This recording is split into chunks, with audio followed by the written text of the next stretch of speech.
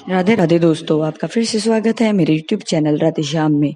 आज हम आपको एक नया अध्याय, एक नया पुराण सुनाएंगे जिसका नाम है सुख सागर। वो सुनाने से पहले मेरी आप सबसे विनती है कि आप मेरे चैनल को लाइक, सब्सक्राइब और शेयर करना ना भूलें, ताकि हम आपके लिए अच्छी अच्छी पुराणे ला सके। राधे राधे। राधे राधे दोस्तों, आपका फिर से स्वागत है मेरे YouTube चैनल राधे श्याम में। आज हम आपको आगे की कथा सुनाते हैं।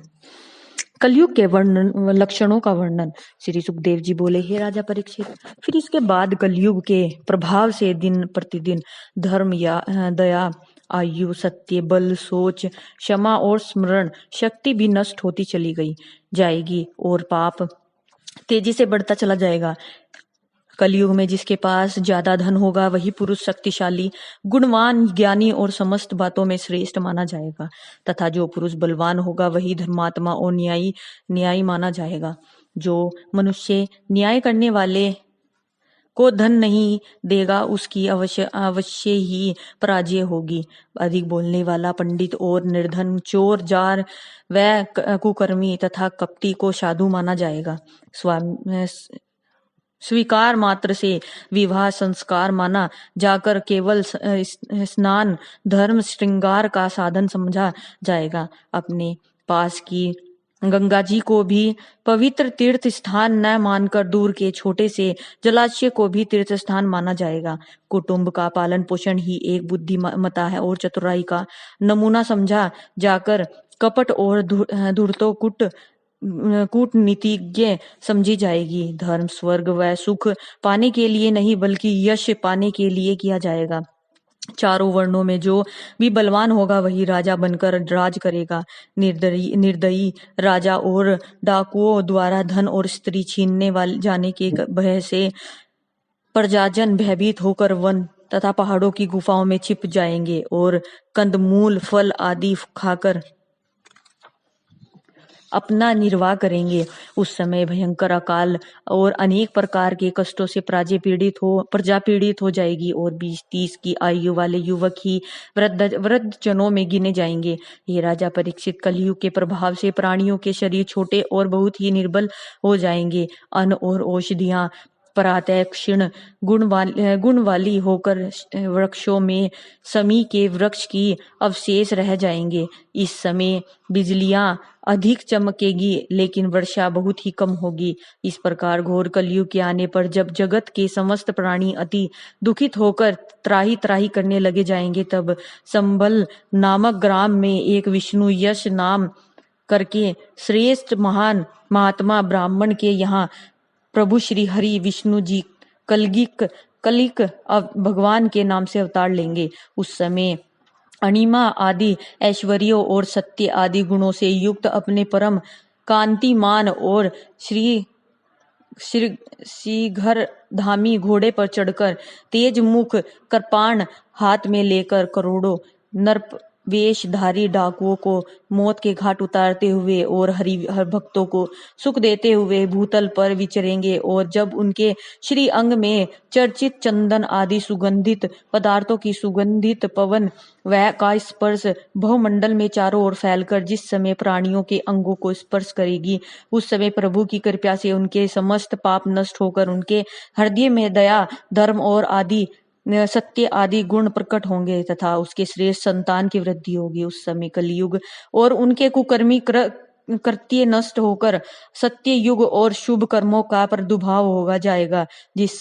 फिर इसके बाद प्राणियों के जो भी संतानें उत्पन्न होगी वे सतोगुण को साथ लिए होगी। हे राजा परीक्षित, चंद्रमा, सूर्य और बृहस्पति ये तीनों ग्रह जिस समय एक साथ कर्क राशि पर पुष्प नक्षत्र में आते हैं, उस समय सतयुग आरंभ हो जाता है। इसके जन्म से लेकर राजा नंद के राज्य अभिषेक के समय तक 5000 वर्ष 100 वर्ष व्यतीत हो जाएंगे।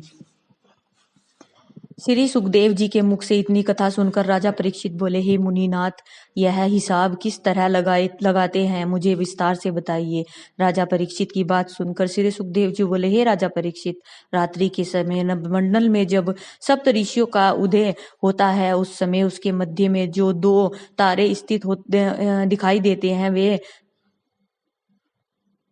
प्रहलाद और क्रतु नामक नाम से जाने जाते हैं। उसके बाद उसके बीच में उन्हीं की तरह दिखाई देने वाले अरुंधति के सहित सप्तऋषि प्रत्येक नक्षत्र पर 100 वर्ष तक रहते हैं।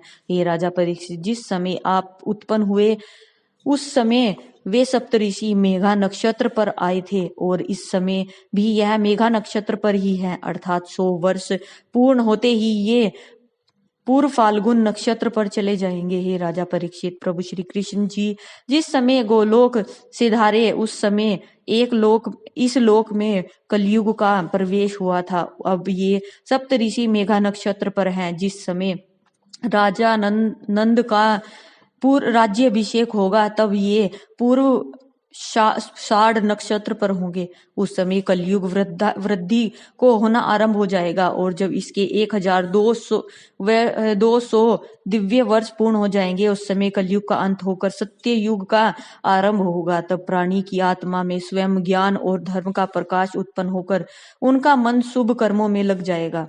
हे राजा परीक्षित, चंद्रवंश में राजा शांतनु का भाई देवापी और सूर्य वंश में इक्ष्वा कुलोत्पन्न राजा मरुक ये दोनों अपने योग बल के प्रभाव से कलाप नाम के गांव में प्रभु की तपस्या कर रहे हैं।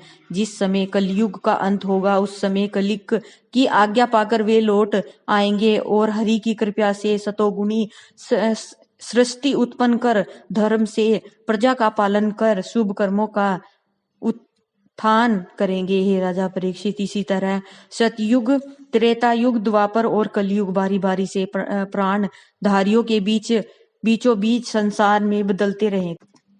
श्री सुखदेव जी बोले, हे राजा परीक्षित, यह समस्त जगत सार रहित और झूठा है और इसमें रहने वाले समस्त प्राणी कीड़ों मकोड़ों की तरह जीते और मरते रहते हैं। अतः वे राजा मूर्ख होते हैं जो अमर रहकर पृथ्वी पर सदैव निष्कट राज करेंगे या सोचते रहते हैं, क्योंकि जब पृथु, पुरुरवा, नहुष, मानधाता, भरत, दिलीप और सगर आदि बड़े बड़े विशाल प्रतापी राजा इस पृथ्वी पर होकर अंत में काल के गाल में समा गए तो फिर इन निर्बल और अल्प आयु वाले कलयुगी राजाओं की क्या गिनती की जा सकती है।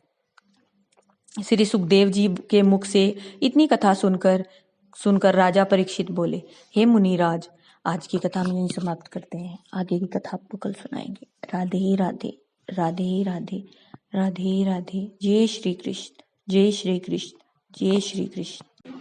अगर आपको मेरी वीडियो अच्छी लगी तो बेल आइकन दबाना ना भूलें ताकि आपको मेरी आने वाली वीडियोस का नोटिफिकेशन मिलता रहे। धन्यवाद। ओम नमः शिवाय।